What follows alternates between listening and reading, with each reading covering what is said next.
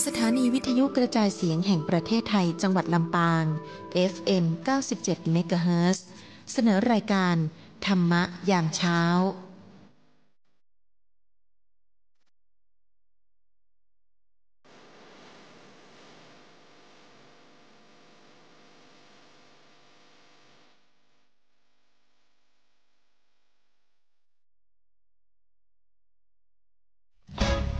ปานาติปาตาเวรมณีอทินนาทานาเวรมณีกาเมมุสาสุราเม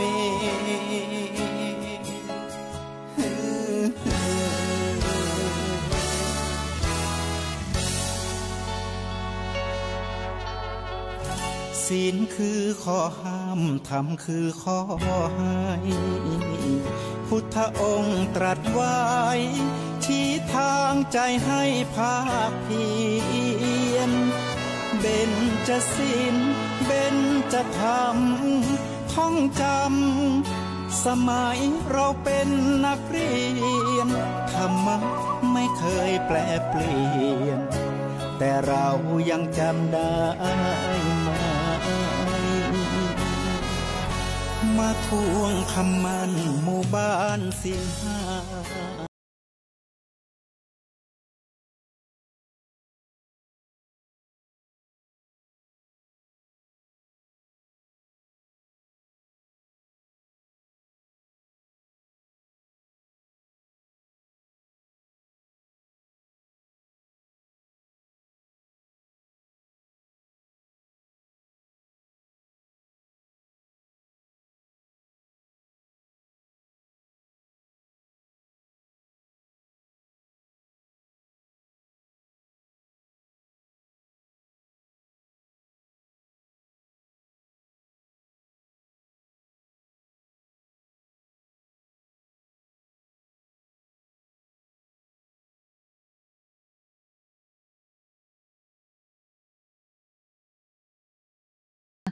เรากลับมาพบกันในรายการธรรมรับอรุณทางสถานีวิทยุกระจายเสียงแห่งประเทศไทยกรมประชาสัมพันธ์เหมือนเช่นเคยนะคะพบกันในเช้าวันนี้เป็นเช้าของวันอาทิตย์แรกของเดือนกรกฎาคมปีพุทธศักราช2567ค่ะวันนี้เป็นวันขึ้น2ค่ำเดือน8ปีมะโรงนะคะแน่นอนว่าเมื่อพบกับเตือนใจศิลป์ทุนิกและพระอาจารย์พระมหาไพบูลย์อภิปุโนแห่งมูลนิธิปัญญาภาวนาในเช้าวันอาทิตย์นั้นเราก็จะได้รับความเมตตาจากพระอาจารย์พระมหาไพบูลย์อภิปุโนท่านมาพูดคุยสักษาตอบคำถามธรรมะต่างๆที่ท่านผู้ฟังทางบ้านเขียนถามเข้ามาหรืออินบ็อกซ์ถามเข้ามาในช่องทางต่างๆของโซเชียลมีเดียที่ทางรายการธรรมรับอรุณโดยพระอาจารย์พระมหาไพบูลย์อภิปุโน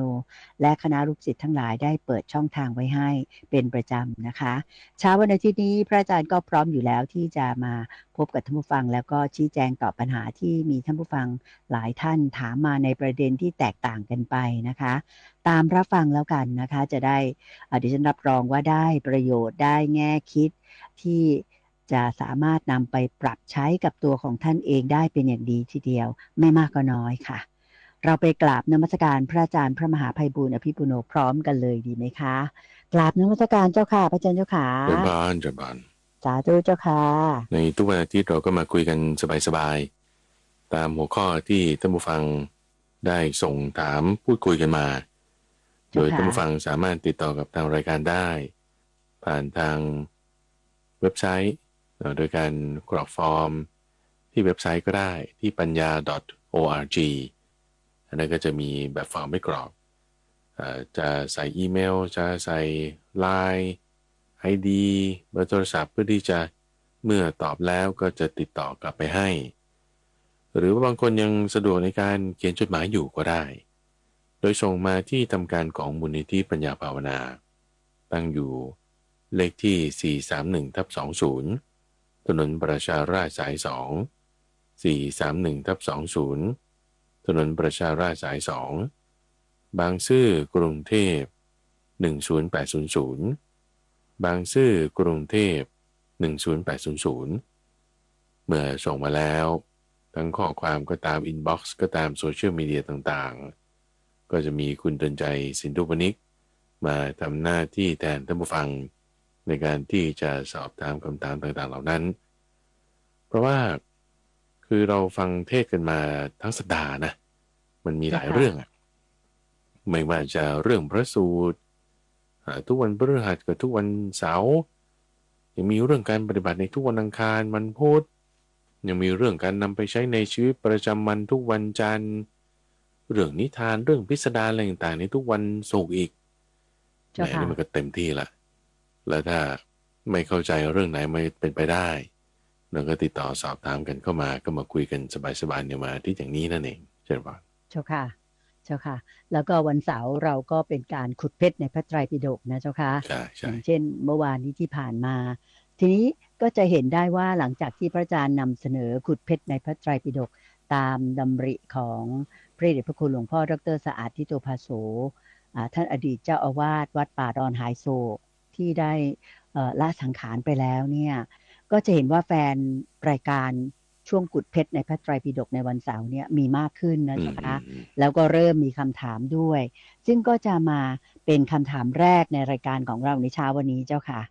ก็ท่านผู้ฟังท่านนี้ท่านก็ได้ฟังขุดเพชรในพระไตรปิฎกนะเจ้าค่ะแล้วก็ฟังมาถึงตอนที่นิทสะภิกขุในชุดขุดเพชรพระไตรปิฎกของเรานี่แหละพอฟังแล้วก็เลยเกิดข้อสงสัยขึ้นนะเจ้าค่ะว่ามีไหมเนาะที่พระภิกษุผู้ที่อยู่ในช่วงของการที่จะปฏิบัติคือเป็นอรหัตตมรรคเนี่ยคืออยู่ในทางและที่กำลังจะไปสู่พระนิพพานเนี่ยนะเจ้าค่ะยังไม่ถึงอรหัตผลแต่ว่าท่านเกิดจะต้องมามรณภาพลงซะก่อนที่จะบรรลุอรหัตผลเนี่ยเจ้าค่ะทีนี้ก็ท่านผู้ถามก็ถามว่าเป็นช้างแก่ที่ฝึกไม่จบตามพระสูตรนิทสะภิกขุในขุดเพชรในพระไตรปิฎกอย่างที่ได้เกริ่นแล้วตอนแรกเนี่ยคุณผู้ถามบอกว่ามีไหมแล้วถ้ามีเนี่ยท่านจะเกิดไปเป็นอะไรหรือว่าไม่มีกรณีนี้หรอกเพราะว่าตอนที่ก่อนจะมรณภาพหรือว่าตายไปเนี่ยก็จะบรรลุอรหัตผลแน่นอนทั้งสิ้นเลยอันนี้เป็นสิ่งที่คุณวันดีสงสัยแล้วก็เขียนถามมาเจ้าค่ะก่อนอื่นโยมอยากขอความเมตตาพระอาจารย์ก่อนจะตอบคำถามให้คุณวันดีเนี่ยอยากจะให้พระอาจารย์เล่าย้อนถึงนิทสะภิกขุสักนิดนึงเพื่อว่าท่านผู้ฟังทางอื่นที่ไม่ได้ฟังมาแต่แรกจะได้เข้าใจกระจ่างขึ้นเจ้าค่ะนิมนต์เจ้าค่ะในเรื่องของนิทสะภิกษุอันนี้คือเราพูดกันเมื่อสักเดือนพฤษภาที่ผ่านมาว่ามีภิกษุคือมีคำเรียกเนี้ยก็เรียกว่านิทสะซึ่งเป็นคำเรียกที่จริงๆคือหมายว่ามันเป็นคัสตอมเป็นประเพณีเป็น culture ที่มาจากพวกปริพาชกที่เขาจะมีคำเรียกของภิกษุที่แบบคือนักบวชในสมัยก่อนนะ12 พรรษา24 พรรษาถ้ากี่รอบก็ว่าอย่างนั้นไปรอบนักษัตริย์นะ12 รอบ24 รอบก็จะเรียกว่านิทสะแล้วในพระพุทธศาสนาเนี่ยมีไหมโดยรายละเอียดต่างๆนี่พระพุทธเจ้าก็แจกไว้ให้ว่ามีทั้งหมด7อย่างนี้แต่ว่าอาจารย์ก็อธิบายไว้ละในเอพิโซดนั้นท่านผู้ฟังอยากจะฟังรายละเอียดเพิ่มเติมแล้วก็ไปฟังในตอนนั้นได้แต่นี้เราพูดถึงหัวข้อกันว่านิทสะนี่คือคำชื่อเรียกที่ว่าเป็นเหมือนกับว่าเถระแล้วคุณถึงขั้นละแต่ว่าถึงขั้นเนี่ยไม่ใช่ดูตามปีนะในพระพุทธศาสนาเนี่ยนะในของศาสนาอื่นๆพวกปริพาชกอะไรต่างๆเขาดูตามปีถ้าคุณจะบรรลุธรรมได้เนี่ยคุณต้องแบบเท่านี้ปีก่อนน่ะถึงจะบรรลุธรรมได้แล้วถ้าคุณบวชมานานป่านนี้คุณต้องได้บรรลุธรรมแล้วเขาก็จะคิดกันอย่างนี้แต่พระพุทธเจ้าเนี่ยทำไมบวชมาแป๊บเดียวแล้วถึงจะมาบรรลุธรรมได้มันไม่น่าจะได้ก็ว่าไปนะทีนี้การบรรลุธรรมมันไม่ใช่อยู่ที่จำนวนปีละมันอยู่ที่คุณธรรมทั้งหมด6 ประการที่ว่าไปมีฉันทะในการสมาทานสิกขาการใคร่ครวญธรรมการหลีกเล่นการปรารภความเพียรมีปัญญาเป็นต้นยังมีศรัทธาหิริโอตตัปปะปหุสูตรเป็นต้นทีนี้คำถามในที่นี้ก็คือว่าเอาแล้วถ้ามันยังมีไม่ครบ หรือมีบางอย่างแต่ว่ายังฝึกไม่เสร็จยังไม่ครบถึงความที่ว่าจะเป็นอรหันต์แล้วตายก่อนนั่นก็คือตามนัยยะอีกพระสูตรหนึ่งที่พูดถึงเหมือนช้างแก่ที่ตายแล้วโดยที่ยังฝึกไม่เสร็จมีคุณใจมีเรื่องราวของภิกษุหลายรูปที่ตายไปแล้วก็ไปเกิดเป็นพรหมสัตว์ที่อยู่ในพรหมโลกในที่นี้ก็หมายถึงเป็นอนาคามีมีภิกษุที่เป็นอาจารย์ของพระโกกาลิกะแต่พระโกกาลิกะนี่เป็นใครพระโกกาลิกะเนี่ยเป็นลูกน้องของพระเทวทัตที่อยู่กินร่วมกันกับพระเทวทัตเลยเดี๋ยวมีความประพฤติแบบไม่ดีพอกันเนาะที่ว่าจะแบบหาลาภสักการะต้องการจะยกย่องเทวทัตว่าดีอย่างนั้นอย่างนี้อะไรต่างๆแล้วก็ถึงจุดหนึ่งที่พระโกกาลิกะนี่ไม่พอใจอัครสาวกทั้งสองรูปคือท่านพระสารีบุตรท่านพระมหาโมคคัลลานะโกกาลิกะนี่ก่อนหน้านี้ก็มีอาจารย์คนหนึ่งคือมีมันก็เป็นศิษย์รุ่นพี่ของท่านนะเป็นอาจารย์ของท่านซึ่งพระอาจารย์ไม่แน่ใจว่าเป็นอุปชาด้วยหรือเปล่านะแต่น่าจะเป็นอุปชาด้วยทีนี้อันนี้ยังไงต้องไปตรวจสอบเพิ่มเติมจำไม่ได้ว่าอาจารย์ของท่านเนี่ยโกกาลิกะนี่ตอนที่เป็นพระสงฆ์อยู่เนี่ยบรรลุเป็นอนาคามีแล้วก็ตายไปมรณภาพไปแล้วไปเกิดเป็นพรหมที่ชื่อว่าตุถิปัจเจกพรหมแล้วก็คือเรื่องราวตรงนี้ทำไมพระอาจารย์ถึงบอกว่ามีเคสนี้เพราะว่าตุถิปัจเจกพรหมเนี่ยมาเตือนพระโกกาลิกะบอกว่าโกกาลิกะอย่าทำจิตไม่ดีกับพระสารีบุตรกับพระมหาโมคคัลลานะทั้งนั้นตอนนั้นแบบว่ากรรมมันให้ผลเราแบบตัวเองเนี่ยมีตุ่มขึ้นตามร่างกายตัวโกกาลิกะเนี่ยนะขนาดเท่าเม็ดผักกาดเล็กๆขึ้นทั่วตัวนะตุ่มนี้ก็ใหญ่ขึ้นเท่าเม็ดถั่วเขียวตุ่มนี้ก็ใหญ่ขึ้นเท่าเม็ดถั่วดำโตขึ้นเท่าลูกพุทราโตขึ้นเท่าลูกกระเบาโตขึ้นเท่าลูกมะขามป้อมลูกมะตูมอ่อนลูกมะตูมแก่จนแตกออกโอ้ทั้งหนองทั้งเลือดไหลนองเลยโอ้โหแบบสลดสังเวชมากเจ้าค่ะแม้กระนั้นก็ยังคิดไม่ดีกับเขานี่คิดไม่ดีกับพระสารีบุตรพระมหาโมคคัลลานะตัวที่ปัจเจกพรหมก็เลยเข้ามาเตือนบอกว่าอย่าทำอย่างนั้นไม่ดีแก้ไขแล้วมันจะเป็นคนดีนะพระสารีบุตรพระมหาโมคคัลลานะเป็นเปสเลภิกษุเขาใช้คำนี้เปสเลเนี่ยคือแปลว่าอะไรเจ้าคะภิกษุผู้มีศีลอันเป็นที่รักคือรักศีลเนี่ยรักศีลของตนมากกว่ารักลาภสักการะรักศีลของตนมากกว่ารักสิ่งอื่นๆก็จะเรียกว่าเปสเลภิกษุแล้วก็มีคำพูดคำหนึ่งที่โกกาลิกะก็โต้กันกับตุถิปัจเจกพรหมบอกว่าพระพุทธเจ้าพยากรณ์ท่านมาเป็นอนาคามีไม่ใช่เหรอแล้วทำไมท่านถึงจะมาอยู่ที่นี่คือยังอยู่บนโลกมนุษย์เจ้าค่ะไม่ท่านไม่ควรจะมาอยู่ที่นี่นะที่ท่านไปได้แค่อนาคามีมันก็เป็นความผิดของท่านเองนะโอ้ยก็เตือนกันไม่ได้ก็เห็นแล้วใช่ไหมล่ะเจ้าค่ะก็เลยพูดถึงว่ามันมีเคสแบบนี้อยู่ภิกษุสงฆ์ที่ฝึกจะแบบต้องทำให้บรรลุเป็นพระอรหันต์น่ะแต่ยังไม่บรรลุตายไปก่อนที่จะบรรลุอย่างเงี้ยก็ไปเกิดเป็นอะไรแล้วก็เคสนี้คือพรหมโลกมีของตุถิปัจเจกพรหมหรือต่ำกว่านั้นก็มีสกทาคามีแล้วก็ความนี้มาในพระสูตรที่ชื่อว่าชนวสัพพสูตรคือถ้าอาจารย์จำไม่ผิดนะชนวสัพพสูตรก็พูดถึงเรื่องการประชุมของเราเทวดาไล่มาตั้งแต่ชั้นจาตุมหาราชิกาจนถึงชั้นพรหมแล้วก็มาเจอกันแล้วเขาคุยอะไรกันบ้างแล้วก็มีภิกษุที่มรณภาพไปแล้วเป็นสกทาคามีไปเกิดในสวรรค์ชั้นยามา พอเห็นเหตุการณ์นี้รู้สึกละอายว่าตัวเองทำไมถึงแบบมันต่ำต้อยแท้ด้วยความละอายในข้อนี้ตั้งจิตไว้อย่างถูกก็เลยปุ้มเลยอัปเกรดทันทีเลยไปอยู่ในชั้นพรหมก็มีเจ้าค่ะก็เลื่อนขั้นไงเลื่อนขั้นจากหลังตายไปแล้วเจ้าค่ะเพราะฉะนั้นการไปเกิดโดยการฝึกที่ยังไม่เสร็จอันนี้มีแน่นอนแล้วก็ได้ทุกขั้นเลยแล้วก็เป็นอย่างนี้แหละเพราะฉะนั้นอันนี้จึงเป็นลักษณะเป็นเครื่องเตือนสติเราอย่างหนึ่งอาจารย์ว่านะว่าคือถ้าสมมติคุณเกิดยังฝึกไม่เสร็จแล้วคุณไปเกิดเป็นพรหมอ่ะตุติปัจเจกพรหมอย่างเงี้ยโถยาวเลยนะยาวเลยเพราะว่าอายุของพรหมนี่มันนานมากเจ้าค่ะแล้วถ้าเป็นพรหมที่จะปรินิพพานเมื่ออายุมันเลยกึ่งไปแล้วอย่างเงี้ย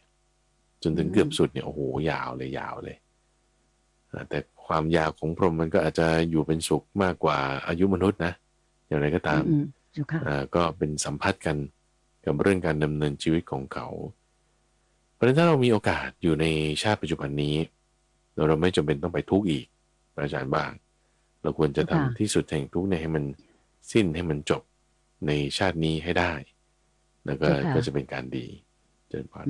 เจ้าค่ะหรืออย่างน้อยนะเจ้าค่ะอย่างที่เราพูดกันหลายครั้งแล้วว่าจะพูดเป็นคำที่คิดว่าท่านผู้ฟังก็คงคุ้นเคยว่าเตือนใจก็มักจะพูดว่าพระอาจารย์บอกแล้วนะว่าชาตินี้เนี่ยยังไงเนี่ยอย่าเพิ่งตายเพราะว่าเราเกิดมาพุทธศาสนาใช่ไหมเจ้าคะเกิดมาพบพระพุทธศาสนาเกิดมาเป็นคนไทยเมืองไทยเป็นเมืองพุทธมีพระธรรมคำสอนขององค์สมเด็จพระสัมมาสัมพุทธเจ้าคือพระพุทธโคดมยังเหลืออยู่ให้เราได้ศึกษาได้ฝึกปฏิบัติให้ตั้งใจปฏิบัติทั้งทานศีลภาวนาให้ดีก่อนที่จะสิ้นชีวิตหรือว่าหมดภพหมดชาตินี้ไปอย่างน้อยก็ขอให้เป็นโสดาปัตติผลนั่นแหละอันนั้นเนี่ยก็ถือว่าเป็นอริยบุคคลขั้นต้นละถือว่าเกิดมาเนี่ยไม่เสียชาติเกิดแล้วนะเจ้าค่ะประมาณนั้นนะเจ้าค่ะถูกต้องเจ้าค่ะเจ้าค่ะก็คุณวันดีก็คงจะทราบแล้วอย่างที่พระอาจารย์พระมหาไพบูลย์อภิปุโนอธิบายนะคะว่ามีแต่ว่าไม่ใช่ว่าพอกำลังฝึกปฏิบัติอยู่แล้วเกิดถ้าเกิดตายไปปุ๊บเนี่ยก็บรรลุอย่างนั้นไม่ใช่มันจะต้องไปปฏิบัติต่อถึงจะบรรลุได้ถูกไหมเจ้าค่ะพระเจ้าค่ะแล้วก็มีเคสนี้เหมือนกันนะที่ก่อนตายก็บรรลุธรรมขั้นสูงก็มีคือมีทุกเคสเลยแล้วก่อนตายบรรลุธรรมขั้นสูงก็อย่างเช่นพระโกฏฐิกะพระโกฏฐิกะที่ท่านสมาธิเสื่อมจากการ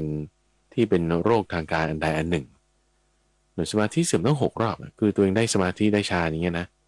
แล้วก็ด้วยความเป็นโรคทางกายอย่างหนึ่งทำให้สมาธิฌานของท่านเนี่ยเสื่อมไปท่านก็เลยไปรักษาตัวก่อนนะไปรักษาตัวหายเสร็จปุ๊บกลับมาทำสมาธิได้สมาธิเสร็จปุ๊บสมาธิเสื่อมอีกทำไมเสื่อมเพราะโรคทางกายมันกลับมาท่านก็เลยต้องไปรักษาทางกายให้เรียบร้อยเสร็จปุ๊บกลับมาทำสมาธิได้อีกได้คราวนี้สมาธิเสื่อมทำไมเพราะโรคทางกายมันกลับมาอีกเป็นอย่างนี้ตั้ง6 รอบก็เลยคิดว่าถ้าเราเสื่อมในขณะที่จิตเราไม่เป็นสมาธินี่แล้วเกิดตายไปนี่เราไปไม่ดีแน่นอนเลยเราอยากกันนั้นเลยเราตายตอนที่จิตเราเป็นสมาธิดีกว่าอย่างน้อยอย่างไปดีก็เลยแบบเอามีดมาเลยมาปาดคอตัวเองปาดคอตัวเองก็คิดว่าจะได้ตายแล้วก็มีจิตเป็นสมาธิก็ไปสวรรค์แน่นอนใช่ไหมเจ้าค่ะแต่ปรากฏพอมีดปาดคอไปเงี้ยเลือดมันไหลออกมาแบบนองจีวรแบบพุ่งกระโฉยมาเงี้ยตกใจคราวนี้คุณใจตกใจเจ้าค่ะตกใจโอ้ยเลือดไหลมานี่ตกใจก็ไม่เป็นบ้าอาหารละทีนี้ใช่ปะล่ะยังไม่บรรลุธรรมตกใจแล้วทำไงนึกถึงศีลของตัวเองไล่เรียงมาตั้งแต่ต้นการบวชจนกี่ปีต่อมาเนี่ยเรามีศีลอันบริสุทธิ์ไม่ด่างไม่พร้อยไม่ได้ผิดอาบัติใดๆเกิดความสบายใจขึ้นมาจากที่ตกใจนะเปลี่ยนนิดเดียวนะนึกถึงศีลปึ้งเนี่ยสบายใจขึ้นมาปุ๊บยกจิตขึ้นสู่ระดับวิปัสสนาร่างกายเรามันไม่เที่ยงเนาะนี่เนาะมีความเสื่อมสิ้นไปเป็นธรรมดามันก็ไม่พ้นจากความตายไปได้ เหมือนระเบิดเวลาเหมือนสัตว์ที่เข้าไปสู่โรงฆ่าสัตว์ใครจะไปก่อนไปหลังก็เท่านั้นเองเกิดปล่อยวางได้คุณเดินใจเกิดปล่อยวางได้ทำให้ท่านเนี่ยก็บรรลุอรหันต์ไม่ก่อนไม่หลังจากการตายตรงนั้นก็มีบาปาดคอก็ตายแน่นอนใช่ไหมแต่ในขณะที่จะตายเนี่ยเกิดบรรลุธรรมณจุดนั้นขึ้นมาแบบนี้ก็มีฝึกเสร็จนิดเดียวตรงนั้นทันทีโอ้ใครคิดว่าฆ่าตัวตายเราจะไม่มีปัญหาบรรลุได้ก็ยังได้ก็ยังได้การตายของท่านนี่ไม่น่าตีเตียนพระพุทธเจ้าว่าเจ้าค่ะแบบนี้ก็มีอันนี้ก็เพิ่มเติมให้แต่จากคำถามของท่านผู้ฟังเจ้าค่ะเจ้าค่ะสาธุเจ้าค่ะอันนั้นก็จบไปสำหรับคำถามแรกที่คุณวันดีถามมานะเจ้าค่ะต่อไปจะเป็นคำถามก็ไม่ใช่เชิงคำถามนะเจ้าค่ะแต่ว่าพระอาจารย์ต้องตอบละ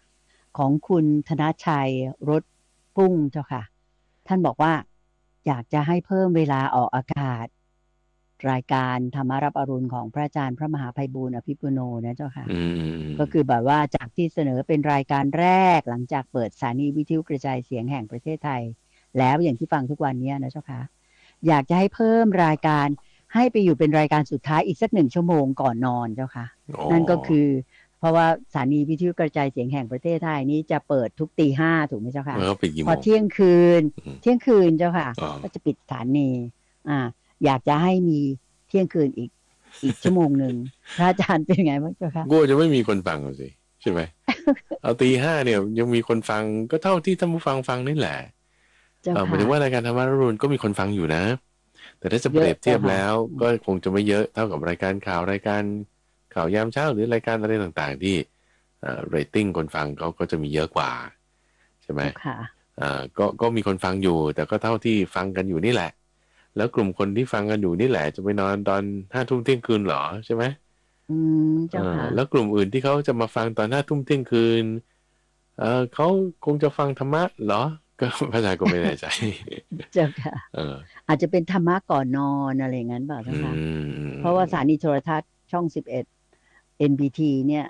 ก็จะมีแบบรายการแบบก่อนจะปิดสถานีเจ้าค่ะมีสั้นๆเป็นประมาณสัก3 นาทีหรือ2 นาทีอะไรอย่างเงี้ยเจ้าค่ะเป็นธรรมะก่อนนอนเจ้าค่ะซึ่งอันนั้นก็คงจะแล้วแต่ทางสถานีแหละแต่ว่าพระอาจารย์ก็หนักอยู่นะเจ้าค่ะ7 วันนี้ก็หนักอยู่แล้วโยมว่าต้องคิดคอนเทนต์อยู่เรื่อยเราก็ต้องการฟีดแบ็กจากท่านผู้ฟังอยู่นะหมายถึงว่าในการฟังทั้ง7 รายการนี้ท่านผู้ฟังมีความเข้าใจอย่างไรอันไหนอยากจะให้ปรับเพิ่มอันไหนอยากจะให้ปรับลดหรือว่านี้ดีแล้วอะไรอย่างเงี้ยนี่เราต้องการฟังคอมเมนต์ฟีดแบ็กจากท่านผู้ฟังแล้วก็มีคุณธนชัยเนี่ยส่งมาแล้วก็อื่นๆอีกเช่นคำถามในชีวิตประจำวันหรือว่าเรื่องราวที่อยากจะแบ่งปันเรื่องราวที่สงสัยอะไรเงี้ยพระอาจารย์กับคุณธนชัยเนี่ยยินดีรับฟังรวมทั้งทีมงานหน้าไมค์ทีมงานหลังไมค์ที่ช่วยงานกันอยู่ก็ยินดีที่จะรับฟังท่านผู้ฟังแล้วก็จะมีการคุยกันทุกๆ 2-3 เดือนที่จะมาปรับปรุงรายการของเราให้ดีขึ้นแล้วก็ตอนนี้ก็มีลูกศิษย์ที่มาช่วยงานกันเป็นประจำไม่ว่าจะเรื่องการตัดต่อเรื่องการเตรียมคอนเทนต์ยังเรื่องการเขียนเป็นข้อความบทความต่างๆให้ท่านผู้ฟังสามารถที่จะไม่ใช่แค่ฟังอย่างเดียวหรอกยังอ่านข้อความประกอบได้ทางเว็บไซต์เหล่านี้แล้วก็เพื่อที่จะนำเสนอให้ท่านผู้ฟังได้รับประโยชน์กันมากที่สุดทีนี้ในคอมเมนต์ของคุณธนชัยพระอาจารย์ก็คิดว่าอย่างนี้นะว่าก็อะไรที่เราฟังไปตอนเช้านี่ก่อนนอนเนี่ยเรามาทบทวนก่อนนอนเราเอามาทบทวนอาจจะไม่ได้ทบทวนฟังทั้งตอนก็ได้แต่ฟังแค่ว่าแบบว่าฟังข้ามๆหรือฟังเร็วๆอีกรอบหนึ่งว่าที่ฉันฟังมาตอนเช้าฉันจำอะไรได้บ้างแล้วฉันจะเอาอะไรไปปฏิบัติได้บ้างสัก 2-3 อย่างให้เกิดการทำได้จริงคือเพราะว่าถ้าลำพังเพียงการฟังแล้วก็ฟังไปอย่างเงี้ยมันยังไม่ได้เข้าสู่จิตใจเราเต็มที่ต่อเมื่อเราลงมือปฏิบัติ ซึ่งการลงมือปฏิบัติมันก็ได้ในรูปแบบทางกายทางวาจาได้เราอาจจะเห็นได้ชัดเจนไม่ว่าจะเรื่องการแบ่งจ่ายทรัพย์เรื่องการมีเมตตาทางวาจามีปิยวาจาแต่ในการปฏิบัติทางใจในการปฏิบัติทางใจบางทีมันจะแยกแยะยากกับการที่ว่าเราฟังเทศฟังแล้วก็ฟังไปแต่ไม่ได้ตั้งจิตปฏิบัติตามกับฟังแล้วก็ตั้งจิตปฏิบัติตามด้วยมันจะต่างกันอยู่ต่างกันอยู่ต่างกันมากเลยเจ้าค่ะต่างกันมากเลยใช่อยากจะให้ทำตรงนี้ให้มีความละเอียดให้มีความละเอียดลงไปมันก็จะเกิดประโยชน์ฟังตอนเช้าเกิดประโยชน์ได้เกิดประโยชน์อีกต่อหนึ่งตอนค่ำด้วยนั่นก็เป็นทางออกในเบื้องต้นในข้อนี้เจ้าค่ะเจ้าค่ะก็อย่างไรก็ตามคุณธนชัยก็อย่าน้อยใจนะคะในเมื่อให้ความเห็นมาอย่างนี้เนี่ยขณะนี้ในฐานะที่เตือนใจสินธุนี่ก็เคยเป็นผู้อำนวยการสถานีวิทยุกระจายเสียงแห่งประเทศไทยเหมือนกันก็นึกได้เจ้าค่ะพระอาจารย์ว่าก่อนปิดสถานีเนี่ยเราก็อาจจะนำเอาพระธรรมที่พระอาจารย์เสนอนะเจ้าค่ะอย่างเช่นตอนนี้ลูกศิษย์ลูกหาก็จะทำเป็นสั้นๆออก TikTok เจ้าค่ะอันนั้นก็จะเป็นตัดมาเฉพาะที่เป็นส่วนที่เป็นหัวใจหรือว่าเป็นข้อที่สื่อสารที่โดนใจอย่างนี้เจ้าค่ะไม่แน่ว่าเดี๋ยวยังไงโยมลองจะปรึกษาดูกับท่านผู้อำนวยการสถานีวิทยุกระจายเสียงแห่งประเทศไทยท่านปัจจุบันก็คือ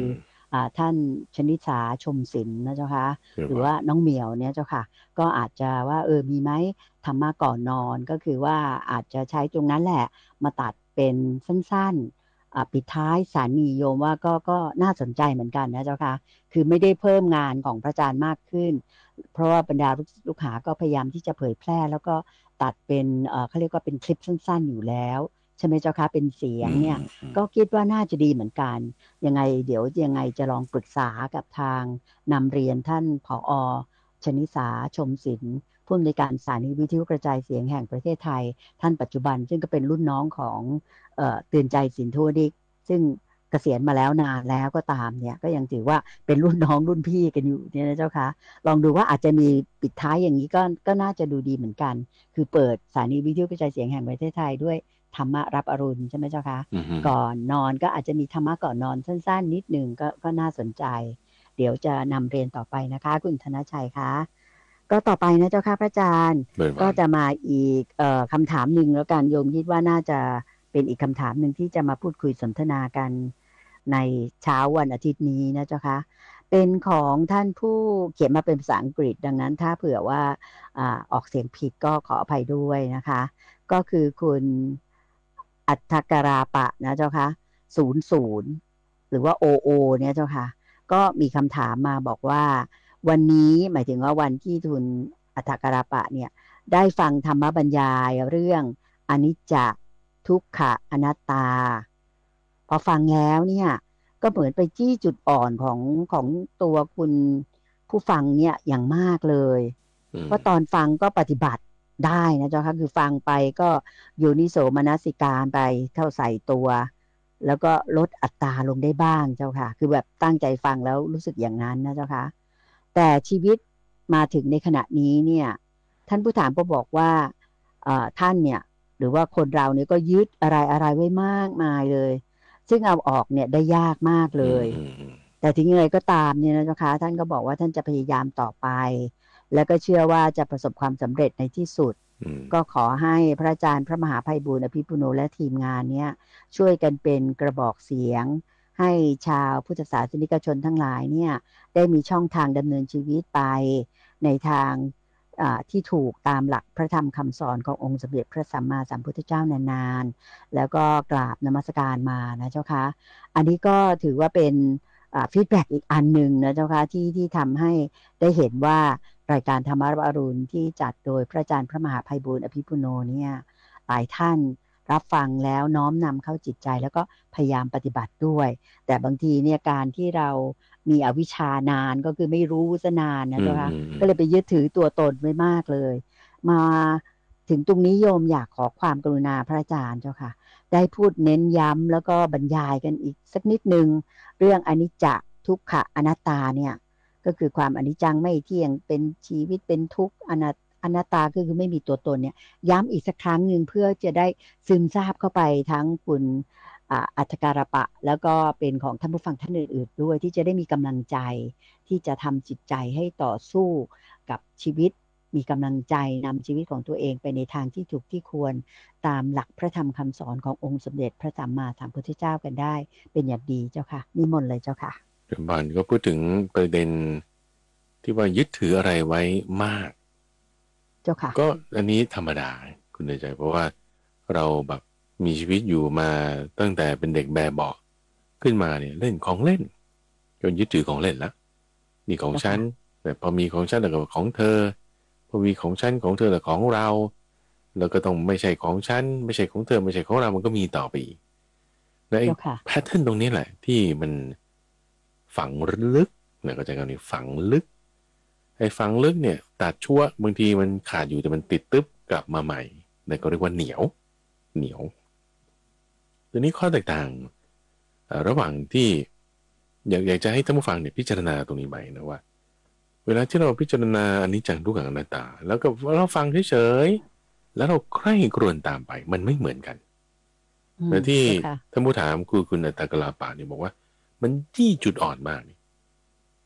แสดงว่าใกล้ครวญพิจารณาไปไอ้ตรงที่เรายึดติดมันถึงจี้เข้าไปตรงนั้นไง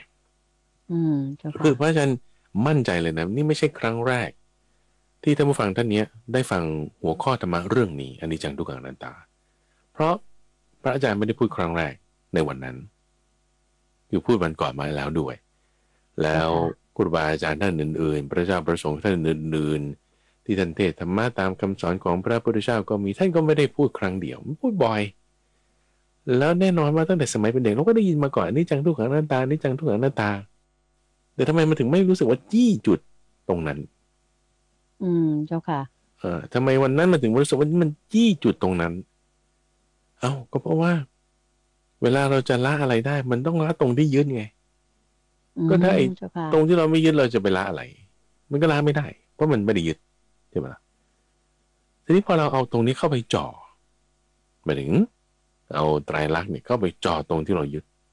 มันจึงรู้สึกมันจี้จุดมากๆเจ้าค่ะแล้วก่อนหน้านี้ทำไมคุณไม่ได้เอาเข้าไปจ่อ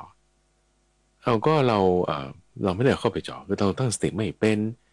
เราพิจารณาไม่ถูกเราฟังหูซ้ายทะลุหูขวาจำได้นิดหน่อยไม่ได้ตั้งใจตามนั้นแต่คิดอยู่แต่ว่าไม่ได้คิดแบบเอาลงมือทำในใจอย่างเงี้ยนะเจ้าค่ะมันก็เลยไม่ได้เป็นการลงไปเล่นเองไม่ได้เป็นการลงไปเล่นเองคราวนี้เราไปเล่นเลยไปเล่นตรงที่เราเล่นไม่ได้หมายถึงเล่นไม่เป็นหมายถึงยังยึดถืออยู่พอเราไปเล่นตรงที่เรายังยึดถืออยู่นั่นแหละคือเราเห็นจุดอ่อนของตัวเราถูกปะล่ะ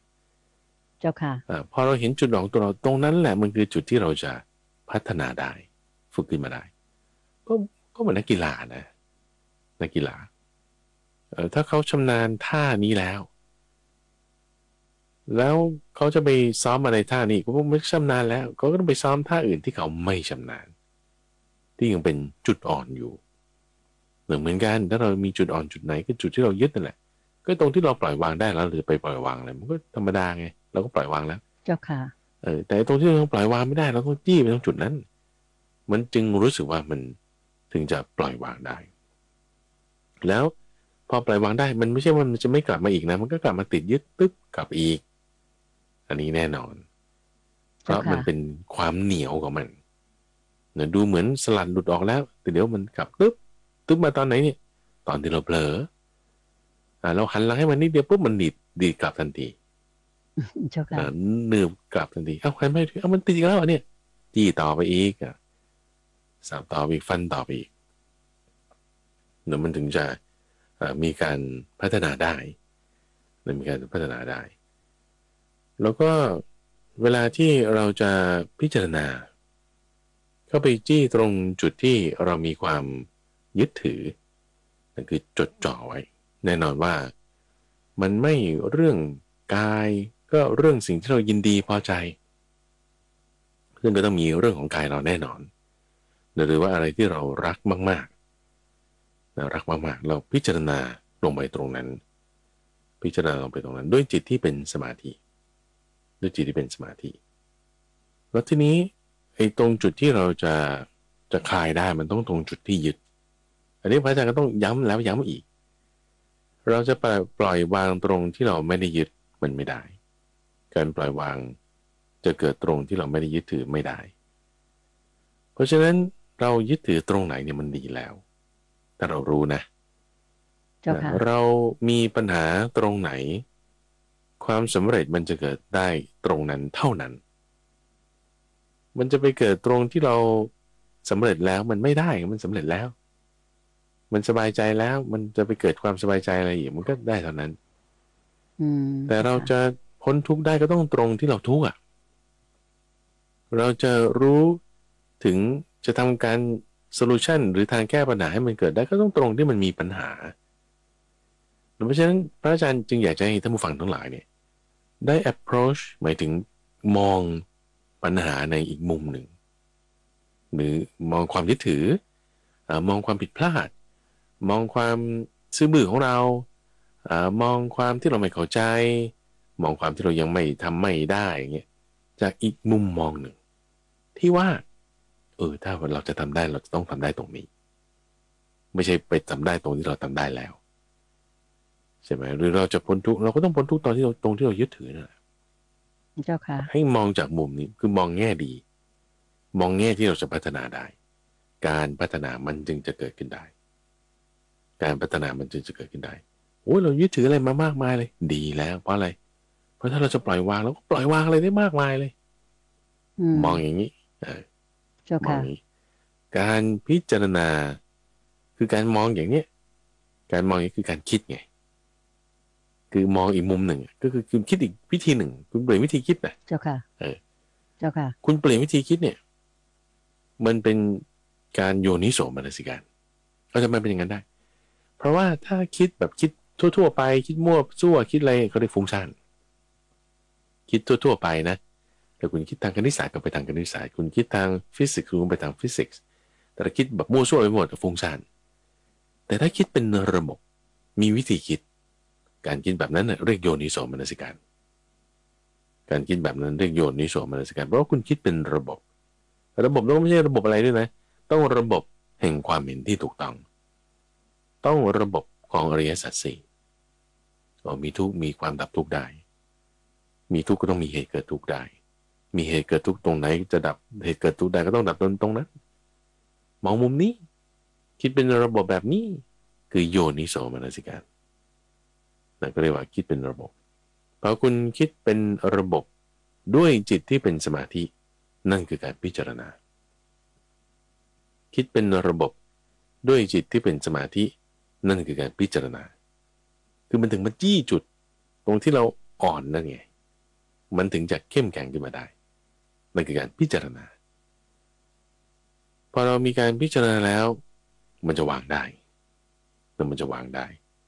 วางความยึดถือตรงนั้นมันจะมีความเข้มแข็งขึ้นมาได้นะตรงนั้นมันจะมีการพัฒนาขึ้นมาได้ตรงที่เราอ่อนนั้นเนี่ยด้วยสมาธิที่เรามาทำการพิจารณานั่นคือคิดเป็นระบบด้วยจิตที่เป็นสมาธิความเข้มแข็งมันจึงเกิดจากการพิจารณาได้นั่นเองเจ้าค่ะแล้วที่ว่าเราพิจารณาอะไรแล้วก็อนิจจังทุกขังอนัตตาให้เห็นถึงความไม่เที่ยงเป็นทุกข์เป็นอนัตตาในตัวเราในอะไรที่เรายึดถือพ่อเราแม่เราคนที่เรารักสิ่งของที่เราชอบใจไม่ว่าจะอะไรก็ตามสิ่งเหล่านี้มีความไม่เที่ยงเปลี่ยนแปลงได้ให้คิดที่ว่าอนิจจังทุกขังอนัตตาในการคิดแบบเนี้ยคือเป็นการโยนิโสมนสิการเพราะคิดที่เป็นระบบละเป็นระบบ3อย่างเนาะอนิจจังทุกขังอนัตตาไม่เที่ยงแล้วก็ด้วยจิตที่เป็นสมาธิด้วยจิตที่เป็นสมาธินั่นจะเป็นการพิจารณาแล้วก็เราไปตรงไหนล่ะไอ้ตรงที่เรายึดถือมันก็ตัวเรานี่แหละมันก็เป็นการน้อมเข้ามาสู่ตัวโดยอัตโนมัติแล้วก็ความที่คุณอัตตกลาปะมีความเชื่อว่านี่คือความมั่นใจจะประสบความสำเร็จในที่สุดอย่างไรก็ตามจะพยายามต่อไปนี่คือความเพียรแต่คนมีความเพียรทำตามความเชื่อที่ตั้งไว้อย่างดีแล้วคนมีความเพียรนะคือวิริยะใช่ไหมเจ้าค่ะทำตามความเชื่อคือศรัทธา วิทยากับศรัทธานี่มันแน่นอนมันมาด้วยกันเนี่ยคุณมีความเชื่อแล้วคุณจึงลงมือท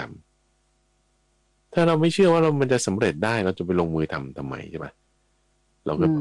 ไม่ไหวหรอกเราไม่พอหรอกไม่ได้หรอกแล้วเราก็ไม่เห็นแนวทางที่ว่ามันจะทำไปยังไงเพราะว่าถ้าพระพุทธเจ้าไม่ทำเป็นตัวอย่างให้ดูไว้ก่อนเราจะไม่เห็นแนวเลยไงวันก่อนที่คุณใจพระอาจารย์เพิ่งไปเรียนบาลีมานะในหลักสูตรปริญญา4ก็ปีที่แล้วสอบไม่ผ่านท่านผู้ฟังแล้วก็เลยปีนี้ต้องมาเรียนซ้ำอีกครั้งหนึ่งก็เรียนได้ละเอียดมากขึ้นเห็นแง่มุมตรงนี้เรื่องของการคบบัณฑิตกับการคบคนผ่านเป็นเนื้อหาในหลักสูตรปริญญาธรรม4ประโยคก็พูดถึงว่าคนที่เป็นคนผ่านเนี่ยแล้วคือสมมติถ้าเราไปคบกับคนผ่านเนี่ยนะเหมือนกับว่าคุณอยู่ใกล้กันกับบุคคลหนึ่งที่เขาได้รับหมายหัวมา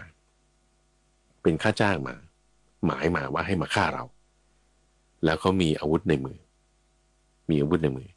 เขาจะเสียบเราเมื่อไหร่ก็ได้โอเคนะคือแล้วไม่ต้องพูดถึงว่าถ้าเขาไม่มีอาวุธในมือนะด้วยจิตที่เขาคิดเป็นประทุษร้ายเนี่ยเขาอาจจะเอาปากกามาฆ่าเราก็ได้อะสมมติถ้าเขาคว้าปากกาได้เหมือนจอห์นวิกโอ้เขาหมายหัวเราไปแล้วไงใช่ไหมล่ะคือยังไงก็หาทางฆ่าเราแน่โอ้แน่นอนคือถ้าคุณคบกับคนผ่านเจ้าค่ะแต่ว่าถ้าคบกับบัณฑิตนะเหมือนกับว่าเจอญาติที่รักกันยืนอยู่ข้างกันญาติที่รักกันยืนอยู่ข้างกันเนี่ยถึงแม้เขาจะไม่มีอะไรในมือที่จะให้เรานะแม้แต่เขาก็ยังมีจิตที่คิดดีกับเราอย่างพูดวาจาดีๆกับเราได้เปรียบเหมือนอย่างนี้เหมือนดวงจันทร์คบกับดวงอาทิตย์ดวงจันทร์คบกับดวงอาทิตย์เขาพูดแค่นี้เองนะในตำราคัมภีร์นะซึ่งพระอาจารย์มานั่งคิดกันให้ดวงจันทร์คบกับดวงอาทิตย์แล้วมันเป็นยังไงวะมันจะไปดีกันยังไงโอ้ยเข้าใจตรงจุดนี้เข้าใจว่าดาวนักกษัตริย์ก็คือดาวฤกษ์นะคุณใจเจ้าค่ะแต่ดวงจันทร์ไม่ใช่ดาวฤกษ์นะถูกไหมเป็นดาวเคราะห์ธรรมดาเหมือนโลกเจ้าค่ะโลกก็เป็นดาวเคราะห์ธรรมดาดวงจันทร์ก็เป็นดาวเคราะห์ธรรมดาแต่ดวงจันทร์ทำไมมีแสงได้ตอนกลางคืนตอนกลางคืนนะเราดูท่ามกลางท้องฟ้าเนี่ยไม่มีอะไรสว่างไปกว่าดวงจันทร์ถ้าพูดถึงดวงจันทร์เต็มดวงนะเจ้าค่ะที่ดวงจันทร์มีแสงตอนกลางคืนได้เพราะคบกับพระอาทิตย์ได้พระอาทิตย์เกื้อกูลถูกไหมเจ้าค่ะ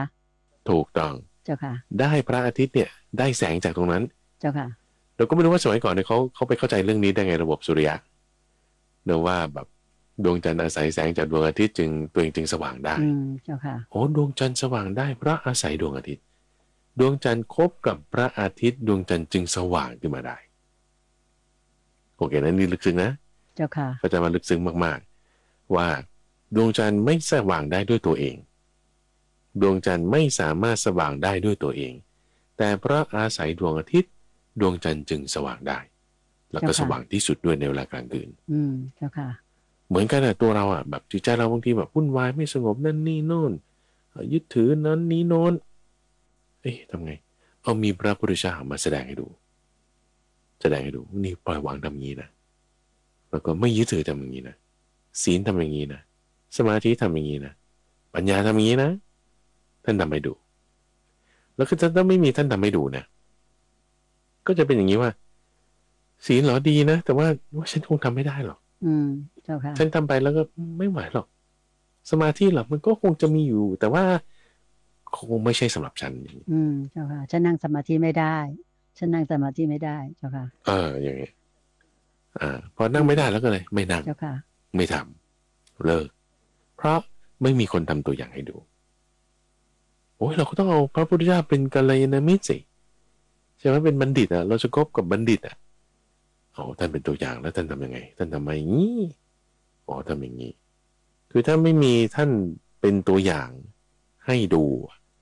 ทำมาสุดแล้วอย่างเงี้ยเราจะไปมั่นใจยังไงว่ามันจะได้มันก็เบสิกนั่นแหละเรื่องเบสิกศีลสมาธิปัญญาจะให้เกิดสมาธิคุณตั้งสติแล้วก็จดจ่ออยู่กับเรื่องเดียวแต่ฉันจดจ่อไม่ได้ฟุ้งซ่านทำไงก็จดจ่ออยู่กับเรื่องเดียวแต่ฉันจดจ่อฟุ้งซ่านไม่ได้ทำไงก็ ก็จดจ่ออยู่กับเรื่องเดียวก็จะพูดคำไหนมันก็คำนี้อีกอ่ะเพราะว่าแบบมันก็ประเด็นหนึ่งนะว่าเวลาถ้าท่านฟังไปฟังพระมหาไพบูลย์เทศที่ไหนก็ตามก็เทศเรื่องเดิมก็ไม่ได้เทศเรื่องใหม่ก็ถ้าเทศเรื่องใหม่นี้อาจจะนอกเรื่องนะใช่ไหมนอกคำสอนแล้วแต่ว่าถ้ายังเทศในคำสอนก็ต้องเทศเรื่องเดิมแล้วพระพุทธเจ้าอยู่45 ปีเทศเรื่องอะไรก็เทศเรื่องเก่ายกอุปมานั้นบ้างอุปมานี้บ้างก็ตามทางเดิมที่ท่านทำมานั่นเองแล้วก็ถ้าเทศเรื่องเดิมบ่อยๆก็เบื่อก็ไม่ต้องเอาคนอื่นเบื่อแล้วเอาตัวเองเนี่ยเบื่อก่อนใช่ไหมท่านก็จึงต้องแบบเทศมุมนั้นบ้างมุมนี้บ้างให้คนนั้นคนนี้เข้าใจเจ้าค่ะก็มีท่านน่ะทำเป็นตัวอย่างความเชื่อตรงนี้นะนี่คือศรัทธานี่คือศรัทธาที่ท่านผู้ถามเนี่ยมีความเชื่อว่าจะต้องประสบความสำเร็จในที่สุดแต่เพราะเชื่อการตรัสรู้ของพระพุทธเจ้าท่านทำมาก่อนแล้วถ้าไม่มีสเตทเมนต์นี้ไม่มีการทำเป็นตัวอย่างนี้ความเชื่อนี้จะปรากฏไม่ได้ว่าท่านทำมาก่อนแล้วใช่ไหมแล้วฉันก็จะพยายามพอมีความเชื่อแล้วคุณจะรออะไรใช่ไหมล่ะมันก็ต้องลงมือทำลงมือทำการลงมือทำจริงแน่วแน่จริงนะคือวิริยะคือวิริยะลงมือทำจริงแน่วแน่จริงแล้วก็สิ่งที่เราจะได้คือสติสมาธิและปัญญาจะเกิดขึ้นมาเพราะฉะนั้นท่านผู้ฟังที่ฟังแล้วเราจะลงมือทำล่ะเอาเรื่องอะไรก่อนดีล่ะเอาศีลแล้วเรารักษาศีลได้ดีหรือยังก็ดีพอใช้ได้งั้นข้อที่ไหนยังไม่ได้เราทำให้มันละเอียดยิ่งขึ้นดีละสมาธิทำหรือยังทำได้บ้างตรงไหนยังไม่ได้เราก็มาฝึกทำให้มันเพิ่มขึ้นอาจจะไม่ได้ว่าในการนั่งเป็นรูปแบบหรอกแต่จะแบบในอิริยาบถเดินในระหว่างกินข้าวในระหว่างทำงานในระหว่างขับรถเนี่ยจะฝึกแทนที่จะฟังเพลงในรถก็ฟังเทศแทนอย่างนี้ก็ฝึกพัฒนาต่อไปมันก็จะให้เกิดความก้าวหน้าได้แล้วก็จะประสบความสำเร็จในที่สุดนั่นเองเช่นกันเจ้าค่ะสาธุเจ้าค่ะเพราะว่าพุทธศาสนาของเราเนี่ยนะเจ้าค่ะโยมคิดว่ามีจุดดีมากเลยถ้าหากว่าท่านผู้ฟังลองพิจารณาดูแล้วก็จะเห็นตามนี้ก็คือว่าเป็นศาสนาที่เราจะต้องลงมือปฏิบัติเองแล้วเราก็จะรู้แจ้งได้ด้วยตัวเองนะเจ้าค่ะอย่างเมื่อสักครู่พระอาจารย์แนะนำท่านผู้ฟังทางบ้านว่าให้ลองปฏิบัติดูแล้วก็ให้ตั้งสติให้มีศรัทธามาก่อนตั้งสติแล้วลงมือทำจริงเนี่ยถ้าท่านผู้ฟังทางบ้านหลายท่านไม่เชื่อต้องลองทำค่ะเพราะว่าพอท่านนั่งสมาธิตั้งสติแล้วก็เรียกว่ามีศีลครบก่อนนะจากนั้นก็มีจิตใจว่าเรายึดมั่นในพระธรรมคำสอนขององค์สมเด็จพระสัมมาสัมพุทธเจ้าท่านสั่งสอนมาอย่างไรเราลองทำตามมันจะได้ผลจริงๆอันนี้โยมเตือนใจขอยืนยันเลยว่าจิตใจเราจะสงบสบายขึ้นเยอะเลยแล้วก็ที่ว่าปล่อยวางหรือว่าสามารถที่จะเห็นอนิจจังไม่เที่ยงเนี่ยมันมองเห็นได้จริงๆเจ้าค่ะพระอาจารย์รู้ได้ด้วยตัวเราเองว่าเราเย็นลงจริงๆแล้วเราก็แบบเหมือนกับไม่ได้ถือสาหรือว่าหยิบเดี๋ยวก็ปี๊ดเดี๋ยวก็ปี๊ดอะไรอย่างนี้จี๊ดขึ้นมาอย่างนี้นะคะซึ่งนิสัยพวกนี้เนี่ยมันจะหายไปหมดเลยแล้วก็จะเย็นไปเองเลยอย่างเงี้ยเจ้าค่ะแล้วก็อีกจุดหนึ่งที่โยมอยากจะขอหยิบขึ้นมาสักษากับพระอาจารย์ในเช้าวันนี้อีกนิดหนึ่งเนี่ยนะเจ้าค่ะก็คือเรื่องของการที่พุทธศาสนาของเราเนี่ยเป็นศาสนาที่พระพุทธองค์หรือว่าองค์พระสัมมาสัมพุทธเจ้าเนี่ยท่านก็เป็นมนุษย์ปุถุชนธรรมดาเหมือนเรานี่แหละแต่ว่าท่านได้ตรัสรู้อนุตตรสัมมาสัมโพธิญาณ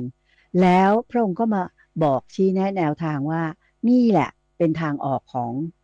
ชีวิตคนเราแล้วก็ถ้าเราดำเนินตามนี้เนี่ยเราก็สามารถจะหลุดพ้นไปจากสังสารวัฏนี้ได้นี่ก็ถ้าเผื่อเรามองกันอย่างลึกซึ้งนะเจ้าค่ะพระอาจารย์ก็คือว่าท่านก็เป็นมนุษย์ปุถุชนมีเลือดเนื้อเหมือนเรานี่แหละใช่ไหมเจ้าค่ะแต่ท่านทำได้แล้วท่านก็ชี้แนะแนวทางแล้วเนี่ยมีคนทำให้ดูเป็นตัวอย่างแล้วขอเพียงแต่ให้เรามีศรัทธายึดมั่นแล้วก็ปฏิบัติตามเท่านั้นเราก็จะสำเร็จได้เหมือนพระองค์ถูกไหมเจ้าค่ะพระอาจารย์เจ้าค่ะถูกซึ่งก็ถ้าจะเปรียบเทียบแล้วก็คือว่าเราจะเป็นดวงจันทร์ได้ไหมที่ว่าไม่มีแสงในตัวเอง แต่ว่าสว่างขึ้นมาได้สว่างขึ้นมาได้เพราะอาศัยดวงอาทิตย์แสงจากดวงอาทิตย์ก็คือธรรมะนั่นเองพระพุทธเจ้าคือดวงอาทิตย์แสงที่ท่านสาดส่องมาคือธรรมะเราจะอาศัยธรรมะนั่นแหละทำตัวเราให้มันสว่างขึ้นมาจะเป็นหนึ่งในดวงจันทร์หรือดวงดาวน้อยๆก็ได้ไม่ต้องถึงดวงจันทร์ดวงดาวเคราะห์น้อยๆดาวระยิบระยับที่เราเห็นในท้องฟ้าทั้งหมดนั่นแหละไม่ใช่ดาวฤกษ์ทั้งหมดนะเป็นดาวเคราะห์ทั่วๆไปก็สัดส่วนใหญ่เป็นดาวฤกษ์นี่สัดส่วนน้อยดาวเคราะห์ทั่วๆไปเหล่านั้นมันระยิบระยับอยู่บนท้องฟ้าได้ไงก็อาศัยดวงอาทิตย์นั่นแหละเราก็จะทำจิตของเราให้สว่างขึ้นดีขึ้นโดยธรรมะที่ท่านบอกสอนไว้ก็จะครบเป็นองค์แห่งไตรลักษณ์นั่นคือองค์แห่งรัตนสามไม่ใช่ไตรลักษณ์คือรัตนสามองค์สามที่ประเสริฐคือพระพุทธพระธรรมพระสงฆ์พระสงฆ์ก็คือเรานั่นแหละเป็นพระสงฆ์สงฆ์คือหมู่ที่ปฏิบัติดีปฏิบัติชอบที่ทำตามธรรมะธรรมะคือ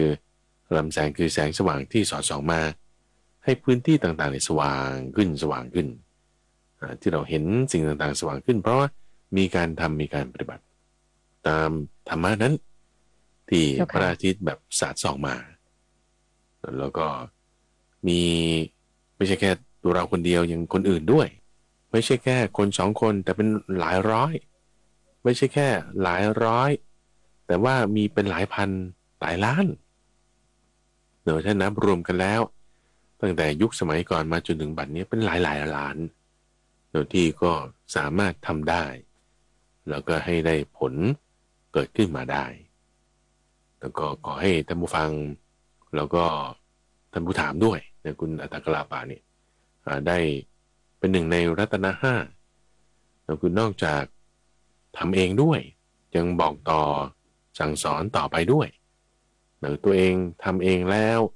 ยังชักชวนให้คนอื่นทำกล่าวถึงอานิสงส์ของการทำว่าจะมีผลมีอานิสงส์ดีอย่างไรอย่างไร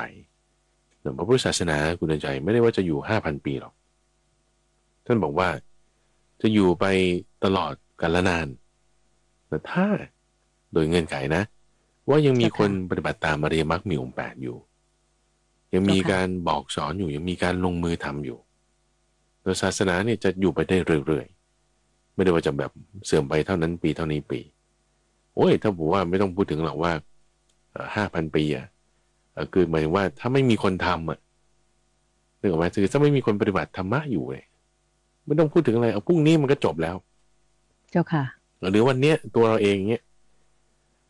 ตื่นเช้ามาอะไรตีหัวหมาด่าแม่เจ๊กทำนั่นนี่ว่าไม่ดีทั้งหลายแหละเนี่ยอุ้ยมันจบเลยธรรมะก็ออกไปจากจิตใจของเราเลยออกไปจากจิตใจของเราเลยไม่ดีเลยแต่ว่าถ้าเราสืบต่อคือเราจะกลายเป็นคนสุดท้ายนะในลักษณะเมื่อสักครู่เราจะกลายเป็นคนสุดท้ายที่จะยังมีธรรมะอยู่เพราะมันมาสุดที่เราเพราะเราไม่ได้ต่อไปความดีศีลจบที่เราเพราะเราไม่ได้รักษาศีลต่อสมาธิจบที่เราเพราะเราไม่ได้ทำสมาธิต่อปิยวาจาจบที่เราเพราะเราไม่ได้พูดดีต่อเราก็จะกลายเป็นอันตบุรุษคือคนสุดท้ายแต่ถ้าเราทำต่อเราทำต่อคุณหนึ่งก็เห็นคุณหนึ่งก็เห็นว่าเอ้าคุณเดินใจนี่คุณมีวาจาที่ดีนะเนี่ยคุณหนึ่งก็เห็นว่าคุณอัตตกลาปานี่คุณนั่งสมาธิอยู่เนี่ยเขาเห็นเสร็จปุ๊บคืออันนี้คือมันเข้าสู่จิตใจเขาแล้วไงคือมาผ่านทางตาผ่านทางหูเนี่ยแล้วถ้าเขาจะไม่ทำเขาก็เป็นคนสุดท้ายไงไม่ใช่เราเข้าใจไหมเจ้าค่ะเราส่งต่อแล้วลงต่อนี่ไม่ใช่ว่าไปเที่ยวบอกเปล่าๆเขาทำนะแต่เราทำของเราเองแล้วเขาเห็นเนี่ยเขารับรู้ได้ไม่ทางตาก็ทางหูเห็นแล้วไงถ้าฉันไม่ทำเขาก็เป็นคนสุดท้ายถ้าเขาทำเขาก็ต่อไปอีกไงเจ้าค่ะคนสุดท้ายมันจะไปอยู่ที่ไหนมันต้องต่อไปเรื่อยๆไงแต่ถ้ายังมีการทำมีการปฏิบัติอยู่มันต่อไปเรื่อยๆไม่มีคนสุดท้ายเลยแต่ถ้าไม่ทำนะถ้าเราไม่ทำเราเป็นคนสุดท้ายเลยเจ้าค่ะมันก็จบง่ายถ้าไม่ทำแต่มันไม่มีทางจบแล้วมันต่อไปเรื่อยๆถ้าเราทำเจ้าค่ะถ้ายังมีการทำการปฏิบัติอยู่ซึ่งการทำการปฏิบัตินี้ก็คือหมายถึงสงฆ์นั่นเองหมู่แห่งผู้ฟังคำสอนที่ปฏิบัติดีปฏิบัติชอบก็จึงเรียกว่าเป็นสุปฏิปันโนภควโตสาวกสังโฆก็เป็นกำลังใจให้ท่านผู้ฟังทุกท่านเลยแล้วก็ทีมงานของเรา แต่ทั้งหน้าไม้หลังไม้ก็อย่างที่คุณเดินใจว่านั่นแหละก็ยังทำกันต่อไปเจ้าค่ะอะไรที่มันดีเราก็คือรายการของเราเนี่ยก็ได้รับการสนับสนุนจากทางกรมประชาสัมพันธ์ผ่านทางสถานีวิทยุกระจายเสียงแห่งประเทศไทยนี่ก็แบบมาตั้ง20 ปีแล้วตั้งแต่สมัยคุณเตือนใจเป็นผู้อำนวยการใหม่ๆเนาะมีรายการนี้ขึ้นมาแล้วก็ยังสืบต่อไปอยู่เรื่อยๆพระอาจารย์ยังมีแรงมีกำลังก็ทำไปแล้วก็ยินดีที่จะรับฟังคอมเมนต์เรื่องราวแบ่งปันหรือว่าคำถามข้อเสนอแนะจากท่านผู้ฟังเสมอเจริญพรเจ้าค่ะสาธุเจ้าค่ะค่ะท่านผู้ฟังคะวันนี้ดิฉันเชื่อมั่นว่าท่านผู้ฟังทางบ้านได้รับฟังการสักษาของพระอาจารย์พระมหาไพบูลย์อภิปุโนมานั้นเนี่ยจะได้แง่คิดอย่างมากเลยและดิฉันก็หวังใจว่าท่านผู้ฟังทางบ้านอีกหลายท่านเหมือนกันคงจะไม่อยากให้พระพุทธศาสนาหรือการปฏิบัติตามคำสอนขององค์สมเด็จพระสัมมาสัมพุทธเจ้าพระพุทธโคดมนั้นมาสิ้นสุดที่ตัวของท่านเองนะคะเรามีทางเลือกค่ะว่าเราจะเป็นดาวเคราะห์ที่ไม่มีแสงในตัวเองก็ตามถึงแม้ว่าจะเป็นดาวเคราะห์ที่ไม่มีแสงในตัวเองแต่ถ้าหากว่าเราดำเนินรอยตามปฏิบัติตามคำสอนขององค์สมเด็จพระสัมมาสัมพุทธเจ้าพระพุทธโคดมซึ่งท่านเปรียบเสมือนแสงอาทิตย์นั้นก็จะทำให้เราเนี่ยกลายเป็นดาวที่มีแสงขึ้นมาได้ด้วยอาศัยแสงของดวงอาทิตย์และแม้บางท่านที่เกิดมาสั่งสมบุญมามากแล้วอาจจะได้เป็นดาวฤกษ์คือเป็นดาวที่มีแสงในตัวเองก็ตามแต่ถ้าปฏิบัติตามคำสอนขององค์สมเด็จพระสัมมาสัมพุทธเจ้าพระพุทธโคดมท่านก็แสงของท่านก็จะเจิดจรัสยิ่งขึ้นอย่างแน่นอนนะคะอันนี้คิดว่าอยากฝากเป็นกำลังใจให้กับท่านผู้ฟังทางบ้านทุกท่านเลยค่ะให้ได้ดำเนินรอยตามนี้ไปแล้วก็สืบพระพุทธศาสนาของเราไปอีกไม่ใช่ว่า 5,000 ปีอย่างที่มีคนทำนายกันแต่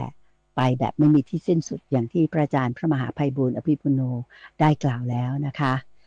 เวลาในรายการธรรมรับอรุณในช่วงของตามใจท่านหรือตอบปัญหาธรรมะในเช้าวันอาทิตย์นี้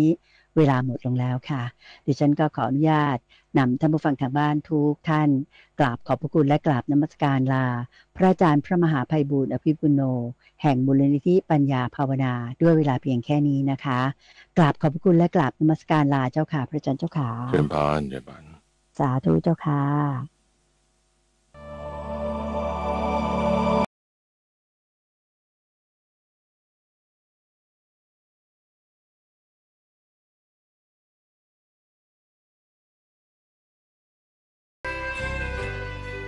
ติดตามรับฟังรายการธรรมรับอรุณได้เป็นประจำทุกวัน